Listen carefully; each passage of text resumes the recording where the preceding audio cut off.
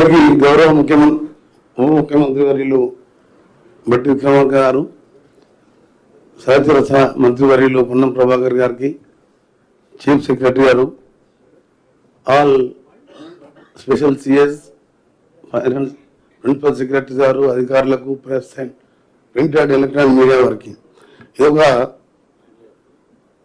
దసరా కానుకగా భావించాల. తెలంగాణలోని దాదాపు 6,29,000 మంది విద్యార్థులు, వాళ్ళ తల్లిదండ్రులకే కాదు తెలంగాణ రాష్ట్ర ప్రజలందరికీ కూడా ఈ దసరా కానుక ఇది.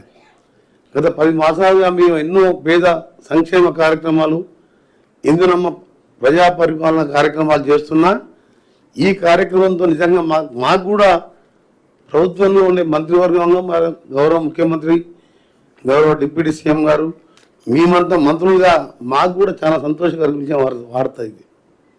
6,29,000 మంది ఒక 1000 స్కూళ్ళలోనే. ఇప్పుడే మా గౌరవ పెద్దలు చెప్పిన నేను ఎల్బీ నగర్ అక్కడ స్టాఫ్ వచ్చి నా దగ్గర కలిసి 20 రూమ్లలో 700 మంది ఉంటున్నాం సార్, మా పరిస్థితి చెప్పండి, బాత్రూమ్ లేవు, ఆ బిల్డింగ్ ఓనర్ పట్టించుకుంటలేడు, ఇబ్బంది ఉందని చెప్పి ఎంటైర్ స్టాఫ్ పొద్దున్న వచ్చి కలిస్తే నేను రేపు మండే వచ్చి విజిట్ చేస్తాను, టెంపరీ అదనంగా ఇంకొక బిల్డింగ్ తీసుకుందాం, ఈ లోపల మా ప్లాన్ ఒకటి ఉన్నది గవర్నమెంట్ అది. అట్లా నేను నా కాన్ఫిడెన్సే కాదు, నేను ఏ జిల్లాలో ఎక్కడ పోయినా పోయి చూస్తే ప్రతి రూమ్లో 20 మంది, ఒక బాత్రూమ్. అంటే గత 10 సంవత్సరాలుగా 7 లక్షల కోట్లు అప్పు చేసిన కనీసం పేద విద్యార్థులు వీళ్ళందరూ కూడా కూలీ నాలి చేసుకునే వాళ్ళ పిల్లలు, అంటే కనీసం ఆలోచన కూడా రాలే ఆ ప్రభుత్వానికి. అందుకని ఈరోజు ఈ కార్యక్రమానికి దాదాపు 5,000 కోట్లు ఎంత ఖర్చు అయినా సరే ఇప్పుడు మా గౌరవనీయులు డిప్యూటీ సీఎం గారు చెప్పారు. రాష్ట్ర ప్రజలందరికీ, విద్యార్థులందరికీ కూడా చెప్తున్నా, ఇన్ని రోజులు కష్టాలు పడ్డారు, ఎంత త్వరగా అయితే అంత త్వరగా ఫేజ్ వైజ్గా దీన్ని పూర్తి చేయాలని చెప్పి కూడా మా ఫైనాన్స్ మినిస్టర్ డిప్యూటీ సీఎం గారికి వారి ఆలోచన కూడా ఎప్పుడు కూడా పేద విద్యార్థులు చదువుకుంటేనే బాగుపడతాం, చదువుకుంటేనే మన రాష్ట్రం బాగుపడుతుంది అనే ఆలోచన ఉన్న ఈ ప్రభుత్వం. గతంలో కాంగ్రెస్ ప్రభుత్వం ఉన్నప్పుడు ఫీజు రియంబర్స్మెంట్ ఆలోచన బీసీ, ఎస్సీ, ఎస్టీ విద్యార్థులకు ఇంజనీరింగ్ నుంచి డాక్టర్ నుంచి ఎంబీఏ చేసిన ఏ ప్రభుత్వం ఏ దేశంలో ఎక్కడ లేకుండే, అప్పుడు కాంగ్రెస్ ప్రభుత్వం పెట్టింది.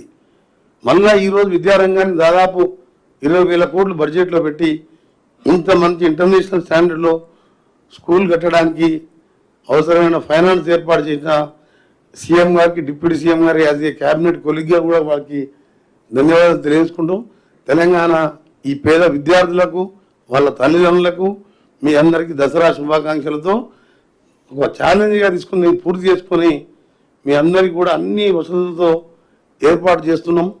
మీ అందరికీ దసరా శుభాకాంక్షలు.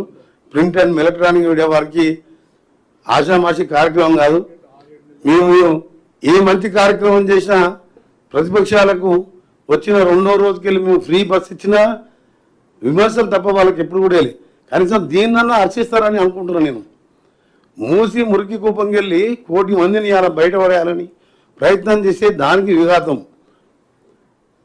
ఇంకా ఎన్నో కార్యక్రమాలు చేస్తే విమర్శించడం తప్ప ఏం లేదు. కనీసం దీంట్లో ఉన్న కలిసి రావాలి. ఇంత మంచి ప్లాన్తో ముందుకు వస్తున్నాం ప్రభుత్వం, అన్ని పక్షాలు ఆశిస్తున్నాం. మీ అందరూ కూడా కలిసి రండి. ఇది ఒక మంచి కార్యక్రమం. ఇన్ని లక్షల మంది విద్యార్థులకు విద్యను అందించడమే కాదు, అన్ని మౌలిక వసతులు, ధనికుడు లక్షాధికారి కోటీశ్వర్లు ఏ విధంగా చదువుకునే స్కూళ్ళల్లో ఉండే వసతులతో ఏర్పాటు చేసినందుకు మరొకసారి గౌరవ ముఖ్యమంత్రి గారికి, డిప్యూటీ సీఎం గారికి థ్యాంక్ యూ వెరీ మచ్.